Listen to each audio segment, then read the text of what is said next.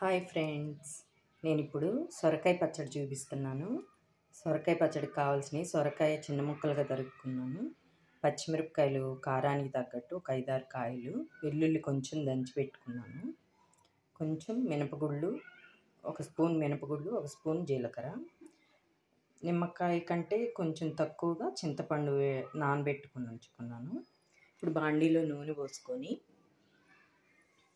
First మనం అది కాగాక పచ్చిమిరపకాయలు వేసేస్తున్నాము.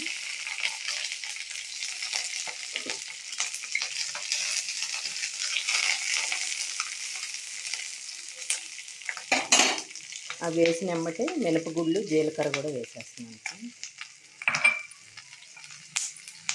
మినపగుళ్ళు కొంచెం బాగా రెడ్ కలర్లో వేగేదాకా వేయించుకున్నాము. ఇదిగోండి ఫ్రెండ్స్, మినపగుళ్ళు కొంచెం కలర్ వచ్చినాయి కదా, ఇప్పుడు సొరకాయ ముక్కలు వేసేద్దాము.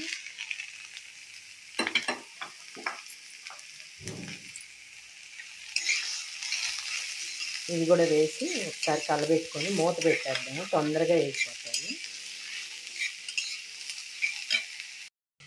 ఒకసారి మూత తీసి చూద్దాం ఫ్రెండ్స్, వేగినాయేమో. ఇదిగోండి, మధ్య మధ్యలో ఇలా కలబెట్టుకొని మళ్ళీ మూత పెట్టేసుకొని వేయించుకోవాలి. ఇంకా కొంచెం వేగాలి, వేగాక చూపిస్తాము. చూద్దామండి, ఇంకా సొరకాయ ముక్కలు వేగినాయేమో. ఇదిగో ఇంకా కలర్ చూడండి, మారిపోయినాయి కదా, ఇంకా బాగా వేగిపోయినాయి. ఇది మనం బౌల్లోకి తీసుకొని చల్లార్చుకున్నాము. చల్లారాక ఉప్పు, వెల్లుల్లిపాయ, చింతపండు వేసి మిక్సీ వేసుకున్నాము. ఇదిగోండి ఫ్రెండ్స్, బౌల్లోకి తీసుకున్నాను. ఇవి కొంచెం చల్లార్చుకున్నాము. ఇదిగోండి ఫ్రెండ్స్, చల్లారిపోయినాయి ముక్కలు.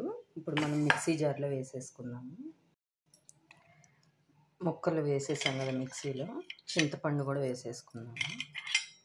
నానబెట్టుకున్నాం కదా ఇందాక, ఆ చింతపండు కూడా వేసేసాను. వెల్లుల్లిపాయలు కూడా దంచి పెట్టుకున్నాం కదా, అవి కూడా వేసేస్తున్నాము. సరిపడినంత ఉప్పు వేద్దాము. సరిపడినంత కల్లుప్పు వేసేసి ఇంక ఇప్పుడు రన్ చేసేసుకుందాము. కచ్చాపచ్చాగా రన్ చేద్దామండి.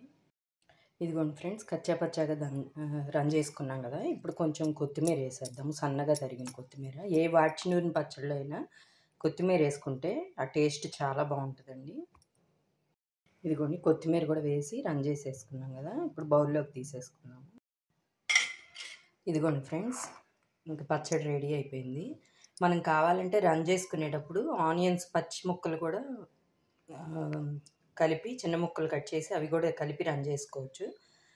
లేకపోతే చిన్న ముక్కలు తరుక్కొని కలిపేసుకోవచ్చు పచ్చడిలో.